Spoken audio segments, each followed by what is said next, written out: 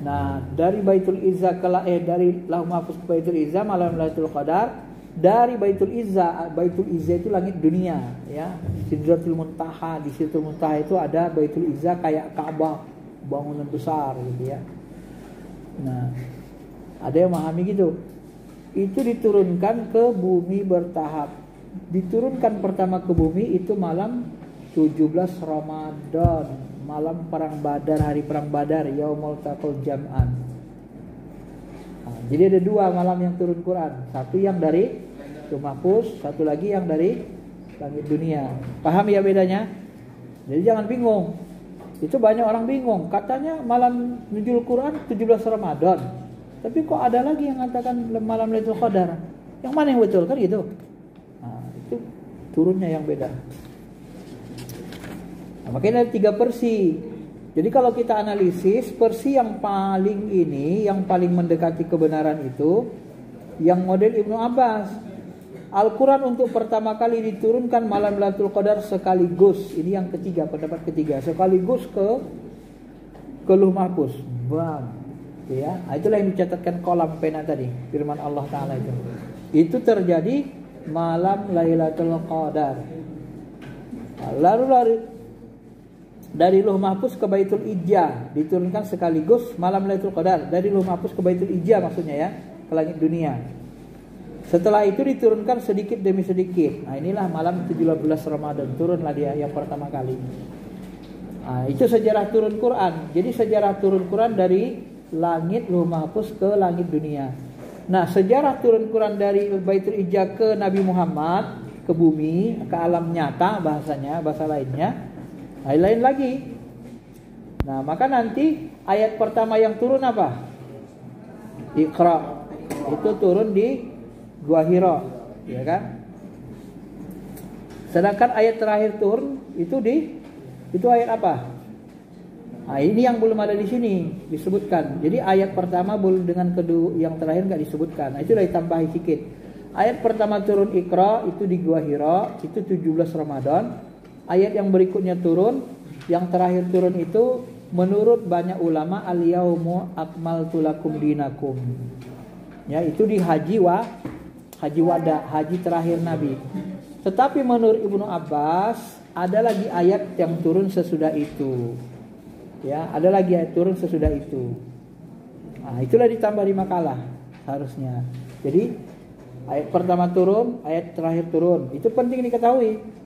Kemudian yang penting diketahui yang kalau mau ditambah periodisasi itu ini dari mana dapat periodisasi model begini? Ini makalahnya diperbaiki. Ini tidak jelas ini. Makanya saya suruh jangan diambil di Google. Periode pertama pada permulaan turun wahyu pertama Muhammad jadi rasul. Ini Quraisyab, ini Quraisyhab. Kemudian sesudah kandungan berkisar 3 hal. Kemudian periode keduanya mana? Sejarah turun Quran pada periode terjadi selama 8-9 tahun. Ini pertikaian dasar. Ini model periode begini siapa yang bagi gini nih? Enggak jelas modelnya, apa kriteria dia membagi ini. Kan ada, kalau kita membagi periode kan harus ada apanya, ada ukurannya gitu kan. Nah, siapa yang model gini? Di buku mana ini diambil? Takut saya copas itu juga ini. Periode ketiga yang di halaman 7 itu makalahnya penganut ini apa? Pada periode dakwah Quran telah mencapai mewujudkan suatu prestasi besar karena penganutnya telah hidup bebas melaksanakan ajaran agama di Yathrib. Nah, ini nggak jelas ukuran periode ini. Apa ukurannya dibuat ketiga periode ini? Kan nggak jelas dia. Makanya periodisasi itu secara umum Quran, kalau mau dibuat periodisasi, pertama dia ayat Makkiyah, yang kedua Madaniyah. Itu periodisasi turunnya. Apa yang dimaksud Makkiyah? Ayat yang diturunkan sebelum Nabi hijrah.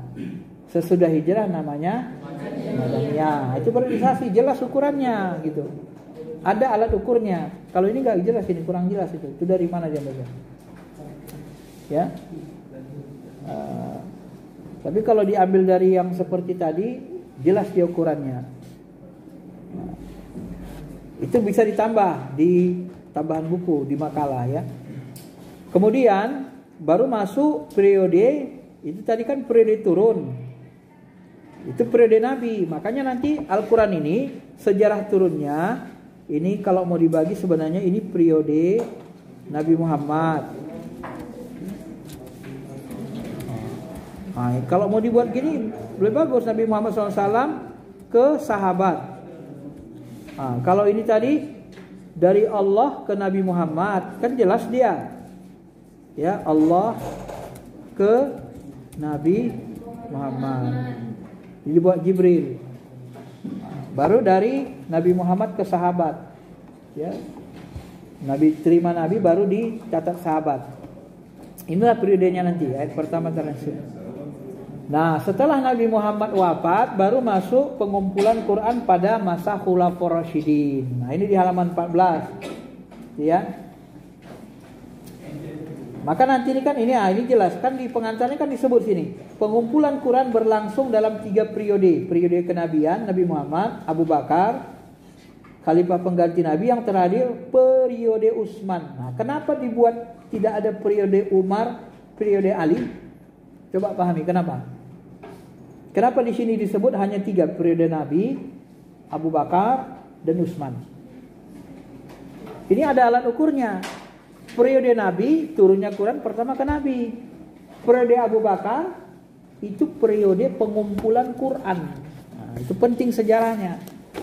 Jadi ketika Nabi wafat, Al-Quran tuh nggak tahu di mana dia. Ali megang Quran, Ibnu Abbas megang, Abdullah bin Mas'ud megang, Zaid bin Sabit megang mushaf masing-masing. Ya, masing-masing sahabat itu megang mushaf masing-masing mereka. Jadi kalau dibaca nanti Al-Quran yang tulisan Ibnu Abbas bisa berbeda dengan Zaid bin Sabit. Beda dia, karena bertambah dengan ada tafsirnya gitu kan. Nah, jadi Abu Bakar kan belum berkumpul Quran. Nah, ketika terjadi perang di Bi'r Ma'unah, nah, sejarahnya kan disebut gini. Ya. Muncul di halaman 15 itu kan muncul Nabi palsu Musailamah Al-Kadzdzab. Ya. Kemudian masuk lagi terjadi perang Bi'r Ma'unah. Itu menyebabkan ada 60 sahabat yang hafal Quran meninggal dunia. Meninggal dunia. Ya. Waktu itu Umar bin Khattab bingung dia. Muncul pikirannya. Datanginya Abu Bakar. Ya. Apa dia bilang? Nah, di halaman 15 ini kan kita sebutkan peristiwa Yamamah. Bi'r Ma'unah itu peristiwa Yamamah ya, itu baris ketiga kan. Pada tahun 12 Hijrah. Ya. Ketika Abu Bakar jadi khalifah, terjadi peristiwa Yamamah. Peristiwa Yamamah itu gugurnya 60. Nah, ini tidak ada sebutan 60 ya. 60 sahabat hafal Quran meninggal. Tambah lagi Nabi palsu. Nabi palsu buat Quran sendiri. Musailamah Al-Kadzdzab jadi buat Quran. Dia mau nandingi Rasul. Al-Fil, Mal-Fil, wa ma adraka Mal-Fil. Hayawanun Janabil Fil katanya. Dia mau mengimbangi surah Fil. Surah Alam tara kaifa fa'ala rabbuka bi ashabil fil. Kalau Musailamah Al-Kadzdzab dia buat tandingannya Al-Fil, gajah, Mal-Fil. Tahukah kamu apa itu gajah? Hayawanun Janabun Qalil. Gajah itu adalah binatang berekor tali berserabut katanya. Dibuatnya. Ya kalau kita kan sahabat dulu ya mungkin ketawa-ketawa dengarnya itu kan. Karena gak ada isinya. Ya. Gajah, tahukah kamu apa gajah? Gajah adalah binatang yang punya ekor, talinya berserabut. Ya. Apa nggak ada isinya kan? Nggak ada ilmunya. Untung aja nggak dibilangnya. Gajah adalah binatang gemuk, ada di Sumatera, ada ini, udah kayak anak TK kan. Kalau Allah kan beda. Alam tara kaifa fa'ala rabbuka bi ashabil fil. Apakah kamu tidak memperhatikan tentara bergajah itu? Itu ngeri kita dengarnya, udah ngeri kan? Tentara bergajah, tentara paling elit mau menghancurkan Ka'bah, dibinasakan Allah Ta'ala. Jadi nambah iman. Nah, jadi ketika itu Umar mendatangi Abu Bakar. Lalu didatangi Umar Abu Bakar. Apa kata Umar bin Khattab? Dikunjunginya Abu Bakar. Abu Bakar, ini bahaya ini. Kenapa? Al-Quran ini nanti kalau nggak kita kumpulkan ini nanti hilang. Penghafalnya sudah meninggal di Yamamah 60 orang. Sahabat nanti bakal hilang, hafiz Quran nanti bakal nggak ada lagi. Jadi Quran ini apa pedoman orang-orang nanti sesudah kita? Wahyu Allah, apa yang mereka pegangan mereka dalam beragama? Abu Bakar bingung dia, awalnya bingung, ya ragu dia, beratan. Kenapa? Karena Nabi nggak pernah memerintah dia mengumpulkan Quran. Ini kalau bahas orang salafi, kalau nggak diperintah Nabi bid'ah gitu kan? Kan nggak ada disebutkan Nabi. Masa Nabi lupa? Nggak mungkin lah Allah dan Rasulnya lupa gitu kan? Susah orangnya. Nggak ada diperintahkan Nabi kan? Ada nggak Nabi merintahkan mengumpulkan Quran? Nggak ada. Ya, ini namanya bid'ah sana dalam Ahlussunnah. Nggak ada muncul ide itu seperti diilhamkan Tuhan kepada hati Umar itu. Didesaknya Abu Bakar. Awalnya dia ragu kali. Nabi nggak ada merintah, aku nggak berani. Kalau nggak diperintah Nabi nggak berani. Ini berat urusannya. Ya kalau hilang nanti cuman lebih berat lagi, lebih binasa lagi malah akan datang. Nggak ada pegangan hidup dalam beragama. Lama-lama Islam udah hilang. Lama-lama kebukalah hati Abu Bakar. Ini maslahat kata Umar. Kalah rasional Abu Bakar, kalah debat. Yakin dia. Akhirnya dikumpulkanlah Quran. Diambillah Quran di tulisan sahabat semua. Juz 1, juz 2, juz 3 dikumpul. Dikasih Quran itu kepada Hafsah. Jadi dipegang Hafsah lah Quran itu, ya dipegang Hafsah.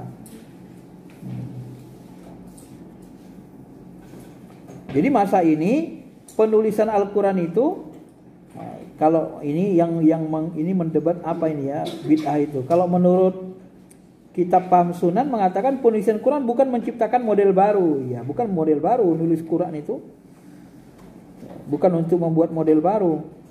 Hanya saja tulisan di awalnya itu berserakan di lempengan batu. Di mana tertulis itu lempengan batu, tulang belulang, pelepah kurma. Jadi Abu Bakar hanya menyalinnya dari satu tempat. Jadi masa Abu Bakar itu disalinlah Al-Quran itu menjadi 30 juz di satu tempat. Siapa yang ketuanya mengumpulkannya? Ketuanya Zaid bin Sabit. Nah ini sebut Zaid bin Sabit yang memiliki banyak keistimewaan berkenaan dengan Al-Quran diminta Abu Bakar melakukan pengumpulan. Setelah terkumpul ditulis ulang pelepah kurma, dimusyawarahkan hafalannya sahabat semua. Ya, dimusyawarahkan ini betul nggak Al-Quran? Siapa saksinya? Betul nggak ini turun? Kalau beda nanti hafalannya, ada nggak Al-Quran begini turun? Oh ini nggak ada. Kamu ada hafal? Oh iya saya hafal. Oh, mungkin saya lupa maka nggak tercatat di tulisan saya. Kan gitu kan? Betul-betul di apa ini kan? Zaid bin Sabit juga sangat ketakutan karena dia disuruh mengumpulkan firman Tuhan, kan ketakutan orang salah. Karena kalau salah dosanya dosa besar kan? Maka dia pun ketakutan Zaid bin Sabit. Makanya mereka serius betul. Namanya orang beriman kan, serius betul mengumpulkannya. Setelah terkumpul, dikasihlah kumpulannya ke Hafsah. Dipegang Hafsah lah. Sampai meninggal Abu Bakar. Masa Umar ada nggak perkembangan Al-Quran? Nggak ada. Maka Umar nggak disebut lagi. Maka di sini disebut nggak ada kan periode Nabi, periode Abu Bakar. Masa Umar ada, nggak ada peningkatan. Yang di Hafsah itu aja. Ada kerja berikutnya? Nggak ada.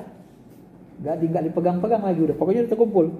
Nah, masuk masa meninggal Umar, masuk masa Utsman. Masa Utsman ada nggak perbedaan? Ada. Apa perbedaannya? Nah, sejarah berikutnya. Di halaman 16 ini kan ada disebut. Kaum muslimin kan sudah berpencar banyak. Ada yang ke negeri Sam, Syria, banyak. Ya. Tiba-tiba masing-masing daerah ini Islam mengambil qiraat sahabat yang terkenal di kalangan mereka. Warga Sam menggunakan qiraat Ubay bin Ka'ab. Ini paling jago baca Quran. Halaman 16 yang bait kedua. Warga Kufah menggunakan qiraat Abdullah bin Mas'ud. Cara baca Abdullah bin Mas'ud dengan Ubay bin Ka'ab agak beda. Yang lain menggunakan Abu Musa al-Asy'ari. Ini sahabat-sahabat besar semua. Ya. Di antara mereka terjadi perbedaan wajah-wajah qiraat. Membuka lebar pintu fitnah, pertikaian. Maka nanti ada namanya qiraat Sabah. Yang jago qiraat Sabah orang Aceh itu, siapa namanya? Muammar Jeddah. Ya. wadduha wallaili idza saja. Nanti dirubahnya kiranya wadduhi wallaili idza saja katanya. Datang sahabat kok lain bacanya nih. Kalau bahasa kita, kalau bahasa orang Medan, kimaknya nih dimainkannya pula Quran ini katanya kan. Kalau orang Medan kan kayak gitu kan. Kimak ini berani kali dia mainkan Quran ini katanya kan. Diambilnya lah parang. Kau yang mainkan firman Tuhan, berani kali kau mainkan firman Tuhan ya. Ya aku dapatnya bacanya begini dari sahabat. Oh enggak ada, aku begini. Aku dapat dari Abdullah bin Mas'ud begini caranya. Enggak ada kami diajari gitu. Ini kan masa Nabi sebenarnya sudah ada seperti ini. Umar mendengar sahabat baca beda. Ya Rasul kok beda bacaannya itu, kok bisa begitu? Kayak menghina. Makanya kemarin waktu ada orang baca Quran logat Jawa, kan ribut di Istana Negara. Kalian udah lahir itu kan? Hah? Tahun 2016 waktu saya WD baca.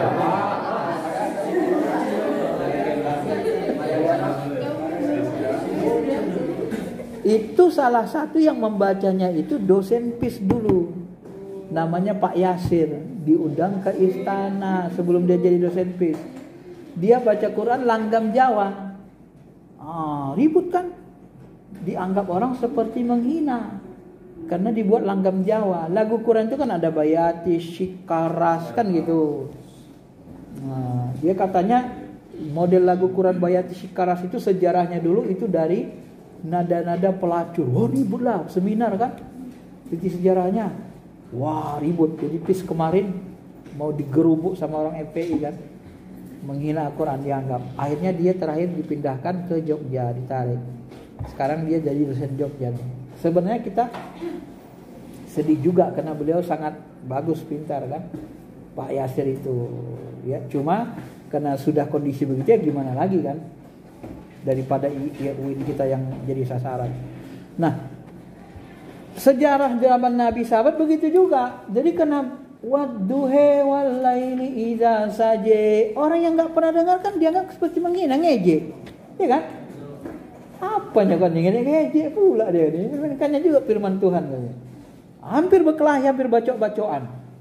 Ya, hampir bunuh-bunuhan sahabat itu, berkelahi bertengkar karena dianggap menghina. Maka Utsman bin Affan pun ambil inisiatif.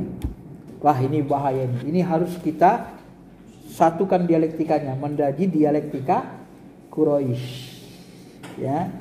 Itulah diseragamkan tulisannya, diseragamkan cara bacanya, walaupun cara baca itu boleh, tapi dicoba diseragamkan. Itulah yang disebut nanti Utsman lah yang menggagas menggagas apa yang pertama ya. Maka nanti Quran itu ditulis 5, 1 Madinah, 1 Sam, ya Sam atau Syria, 1 untuk Mesir, dikasih Quran itu yang sudah ditulis tangan. Jadi 30 juz itu ditulis tangan, dikasih 5 daerah. 1 lagi di tangan Umar, di tangan Utsman sendiri, di Madinah. Jadi masa Utsman itu dimunculkan karena dia punya usaha yang berbeda terhadap Quran. Ya, maka prioritasi Utsman bin Affan. Jadi kalau ditanya kodifikasi itu termasuk pengumpulan apa semua itu masa Abu Bakar. Nah setelah itu terkumpullah dia, ya. Setelah terkumpul, nah ini seperti ini ada saya anggap ini pendapat orang Syiah ya. Orang Syiah mengatakan ini sekedar ilmu, ya. Ada orang Syiah mengatakan seperti dikutip pada Esa, ya, naskah Quran yang ada pada Imam Ali itu berbeda kata mereka dengan naskah Quran yang ada di tangan Utsman. Jadi orang Syiah menganggap ya yang paling benar itu yang di tangan Ali. Coba, padahal itu naskah yang di tangan Utsman itu dimusyawarahkan seluruh sahabat termasuk Ali di situ. Ya. Kalau seandainya itu beda, pasti Ali bilang, "Oh, enggak bisa kan gitu kan? Hafalan saya begini, ini salah, ini kurang." Pasti Ali begitu. Nggak mungkin Ali membiarkan Quran itu ditulis dalam keadaan salah. Nggak mungkin lah. Logikanya kan begitu. Jadi tuduhan Syiah. Makanya sebagian Syiah itu mengatakan ada sekitar dulu 20 riwayat yang mengatakan bahwa mushaf yang dibuat oleh para pendahulu Ali sengaja mengeluarkan semua referensi eksplisit yang mendukung klaim bahwa Ali adalah pewaris Nabi Muhammad. Jadi versi Syiah Quran itu ada yang mengatakan ayat bahwa pengganti Nabi Muhammad adalah Ali. Termasuk hadis Khadirhum. Itu mereka anggap bahwa Ali lah yang paling berhak. Jadi kalau kalian nanti masuk Syiah di doktrin, gawat. Gawatnya apa? Kalau nggak punya dasar ilmu agama, mereka doktrin dengan hadis-hadis, kalian yakin benar itu. Begitu kita buka Ahlussunnah, ternyata Syiah ini banyak juga bohong. Ya, saya kan tesis saya nikah mut'ah dalam pandangan Sunni dan Syiah. Mereka bilang hadis nikah mut'ah itu dhaif. Wah, Ma'bad al-Juni itu sahabat yang enggak terkenal. Ternyata dicek, diteliti, Ma'bad al-Juni itu termasuk rijal siqah, sahabat yang terpercaya masuk sanad Imam Bukhari. Imam Bukhari itu kan termasuk paling ketat. Ya kan imam hadis. Ternyata mereka bohong. Begitulah nanti. Maka hati-hati. Kalian masuk Syiah pun hati-hati. Nanti gampang sekali sesat kalau nggak ada ilmu agamanya nggak cukup. Karena di Medan ini, tahu kalian siapa pelopor Medan ini? Syiah. Yang paling getol di Medan ini. Anak pasca UIN. Anak pasca UIN itu termasuk yang paling getol. Yang Syiah. Ya, hati-hati. Kalau kita berdebat sama mereka, dia pakai ilmu mantik, tapi nanti larinya mentiko. Mentiknya mentiko. Karena kenapa saya sebut mentiko? Ketika saya debat sama dia tidak menggunakan logika ulama fikih. Logika hukum ulama fikih kan ada standar logikanya. Dia pakai standar ilmu mantiknya aja. Jadi standar ilmu mantik itu kalau logika ulama fikih tidak cocok, dibuangnya aja. Kalau ketika kita berhukum, kita pakai logika ulama fikih, tidak pakai mantiknya gitu. Nah, jadi kalau tak sesuai dengan mantik, ya itu logika orang mantik, gitu kan? Karena logika orang ilmu fikih nanti bisa berbeda dengan yang ada di mantik. Kalau mereka mengutamakan mantiknya, akliyahnya, gitu ya. Nah, di situ bedanya.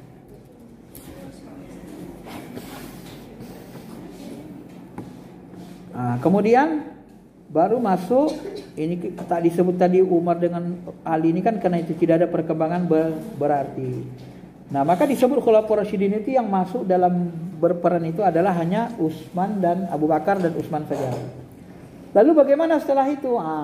Setelah itu dulu kan Al-Qur'an itu benar-benar gundul, enggak ada baris, enggak ada titiknya. Ya. Jadi kalau ditulis Bismillahirrahmanirrahim enggak ada titik ba, enggak ada titik nun, enggak ada barisnya. Ditulis gini aja. Kalau ditulis gundul gitu, gimana bacanya? Ya kalau Anda hafal bisa baca bismillah. Kalau yang enggak hafal bisa nasmallah, bisa tasmallah, ya kan? Bisa tasmillah, bisa tusmallah, bisa nusamma. Ya kan? Bisa aja berubah-ubah dia. Jadi kalau bahasa saya, kenapa dia dibuat titik baris? Supaya untuk memudah bacanya. Di awal-awal ulama makruh membuat titik baris. Kenapa? Bid'ah. Itu firman Tuhan, gak boleh ditambah-tambah, gak boleh tambah-tambah. Betul gak bidah sesat tuh? Titik baris Quran itu betul gak bidah sesat? Ternyata setelah dibuat titik baris, nambah mudah membacanya, nambah mudah menghafalnya. Jadi penambahan itu bukan untuk merusak.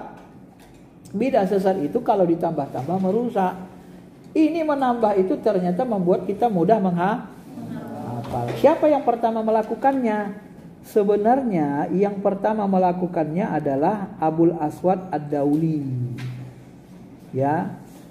Dia yang menggagas titik baris itu. Cuman nanti disempurnakan Yahya bin Ma'mur. Ya. Secara personal Abul Aswad Ad-Dauli, maka saya tebalkan itu. Kapan itu dilakukan? Di masa Khalifah Abdul Malik bin Marwan. Jadi Al-Quran itu sebenarnya bid'ah, kata ulama. Tapi bid'ah hasanah. Karena zaman Nabi nggak ada tulisan Quran, nggak ada titik barisnya, gitu ya.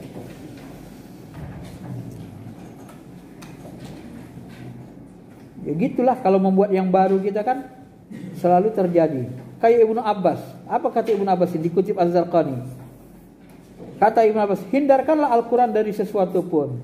Juga riwayat dari Ibnu Sirin, dia memakruhkan memberi titik, tanda pembuka, penutup dan lainnya. Awalnya dulu Ibnu Abbas saja nggak mau dia. Jangan tambah-tambah katanya. Jangan tambah, biarin aja gundul gitu. Bayangkan Ibnu Abbas saja dulu nggak nerima bid'ah, tambah-tambah itu. Tapi setelah terbukti bagus, ternyata lama-lama ulama nerima.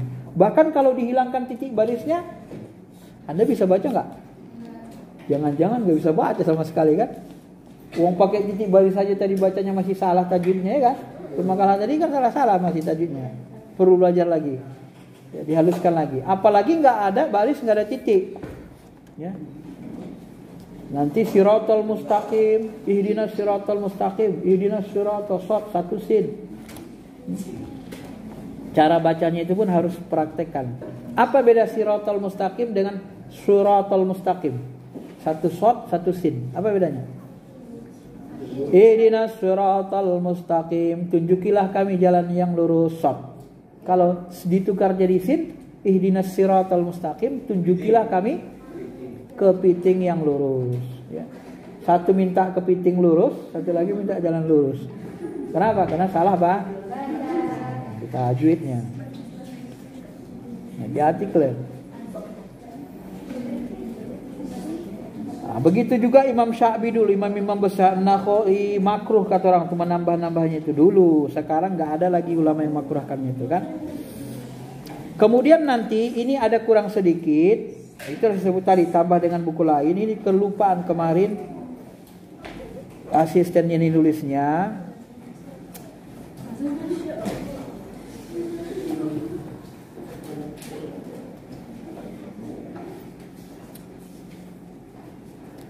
Ini ada tambahan sedikit lagi. Jadi penulisan mushaf secara sempurna dengan penuh kehatian. Jadi orang Syiah kan menuduh ini enggak benar kan Quran ini kan. Yang paling benar yang sama mereka. Ada sebagian orang Syiah gitu. Coba lihat di sini halaman 21. Abu Bakar Al-Anbari menyebutkan dalam kitab Ar-Raddu ini terus apa dia bilang? Aku telah mendengar Ali bin Abi Thalib sendiri berkata, wahai manusia sekalian, bertakwalah kalian kepada Allah, jangan berlebih-lebihan dalam menyikapi tindakan Utsman, jangan kalian berpendapat untuk membakar mushaf. Sesungguhnya tidaklah ada yang berani membakar mushaf kecuali atas perintah dari para pemuka kami, sahabat Muhammad SAW. Artinya Ali sendiri melarang mengingkari Utsman bin Affan ya. Ya didukunglah orang untuk menyatukan apa gitu.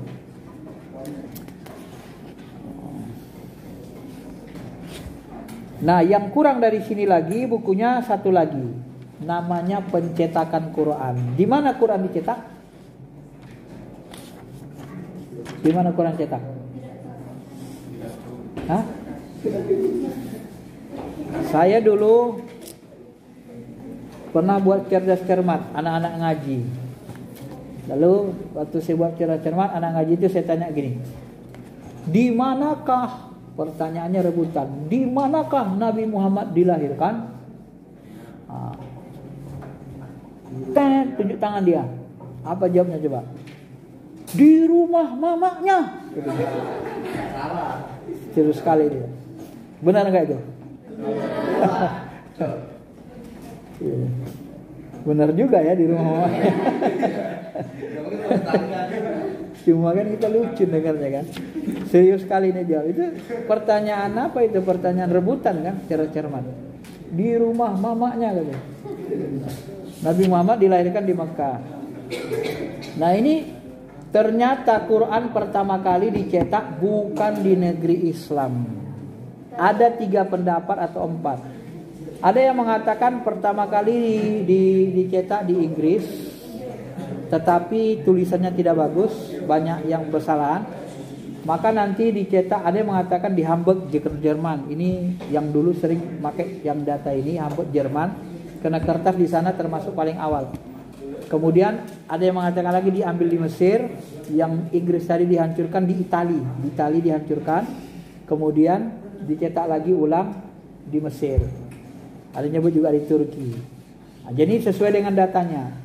Tapi ternyata penulisan Al-Quran itu dicetak, bukan pencetakan Al-Quran itu ternyata tidak di negeri Islam. Ya, kenapa? Karena alat cetak kita tidak punya. Nah, gitu ya. Jadi sejarah Quran itu begitu. Jadi kalau kita lihat secara rasionalnya, adakah terjadi perubahan dalam Quran? Kalau kita lihat sejarahnya ternyata sangat sulit dan tidak mungkin terjadi. Kenapa? Dengan kehati-hatian Abu Bakar, kehati-hatian Zaid bin Sabit, para sahabat, saking takutnya mereka sangat hati-hati, juga kehati-hatian Utsman untuk menyeragamkan. Karena itu dimusyawarahkan, dikumpulkan semua huffaz, bukan sendiri-sendiri. Adapun tuduhan Syiah ternyata tidak terbukti. Kenapa? Karena Imam Ali sampai wafat tetap memakai Quran yang dipakai Kalau Mushaf Utsmani itu ada yang kurang tidak benar, pasti dirubah atau ditambah Imam Benar kan? Karena dia berkuasa waktu itu. Logisnya kan begitu. Pasti dia tambah, ada yang kurang kan. Ternyata tidak terjadi. Berarti tuduhan Syiah itu salah, enggak kuat, ya.